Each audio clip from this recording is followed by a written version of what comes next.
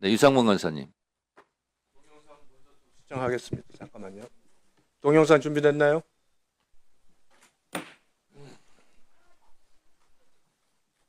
네, 들어주세요.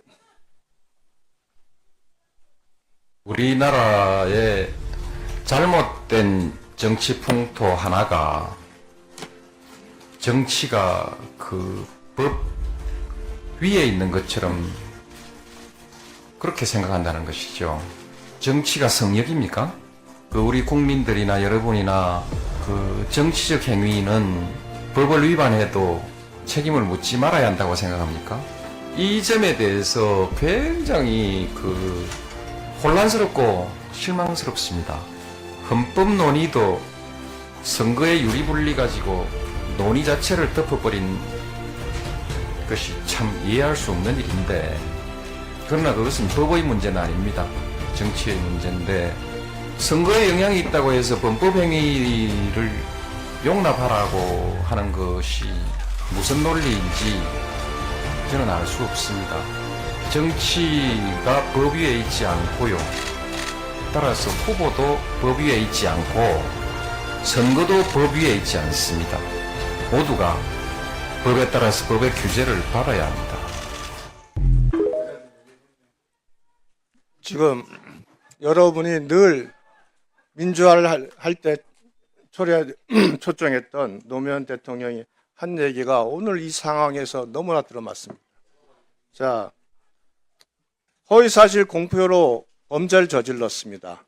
범죄를 저지른 대법원이 유죄 판단을 했습니다. 물론 대선에 영향은 미치겠죠.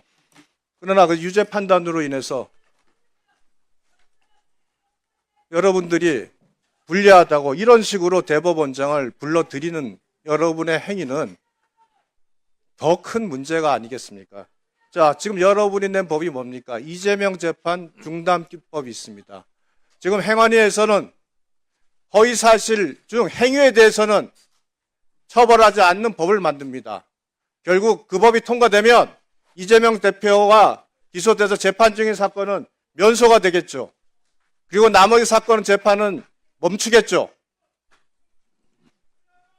범죄자가 처벌받지 않게 만드는 한 사람을 위해서 여러분들이 입법하고 만들어가고 사법부 수장을 이 자리에 불려서 청문회를 열면서 사실상 사퇴를 압박하는 이런 행태, 이게 상권 분립해서 사법부를 여러분의 압력에 굴복시키고 굴종하게 만들려는 여러분의 정치 행위 아닙니까? 이 정치 만능 아니에요?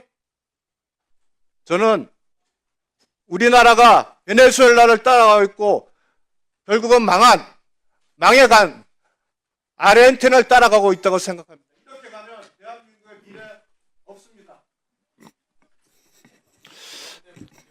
자, 제가 위원장이 개입할 때는 국민의 인식의 오류가 있거나 있을 가능성이 있거나 팩트가 잘못됐을 경우는 제가 개입을 하곤 했습니다. 이 부분은 제가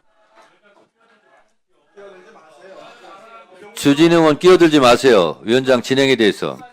자, 지금 방금 말씀하신 영상 노무현 대통령은 사법부와 국민의힘을 준엄하게 꾸짖고 있는 영상입니다. 이 영상을 틀어주셔서 감사드립니다.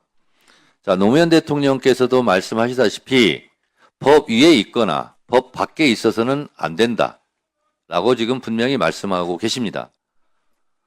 법 밖에서 불법적으로 일으킨 것이 비상계엄 내란이고요. 이런 건 일으키면 안 된다고 지금 꾸짖고 계시고, 그러나 후보자의 신분 보장은 헌법 116조와 공직선거법 11조에 나와 있는 겁니다.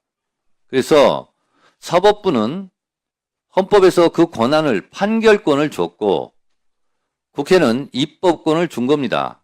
그리고 국회는 합법적인 테두리 안에서 탄핵이란 제도를 활용할 수 있는 것이고, 그것은 이미 헌법재판소 판결에서 가사, 설령 정치적 목적이 있다 할지라도 국회에서 탄핵한 것은 불법도 아니고 그 남용한 것도 아니다라고 이미 헌법재판소에서 판결한 사항입니다. 지금 우리가 입법하려고 하는 것이 헌법을 벗어났거나 법에서 벗어난 그런 입법 행위가 아니다라는 것이고, 조의대 청문회도 국회법 65조 1항에 중요한 안건은 청문회를 법사 의결로서 다 할 수 있도록 하고 있습니다. 지금 하고 있는 모든 행위들이 국회법 안에, 법안의 테두리에 있기 때문에 노무현 대통령이 지금 방금 영상으로 말씀하신 부분은 국민의힘을 오히려 꾸짖고 있다. 이런 점을 말씀드리며 국민들께서 오해 없기를 바랍니다.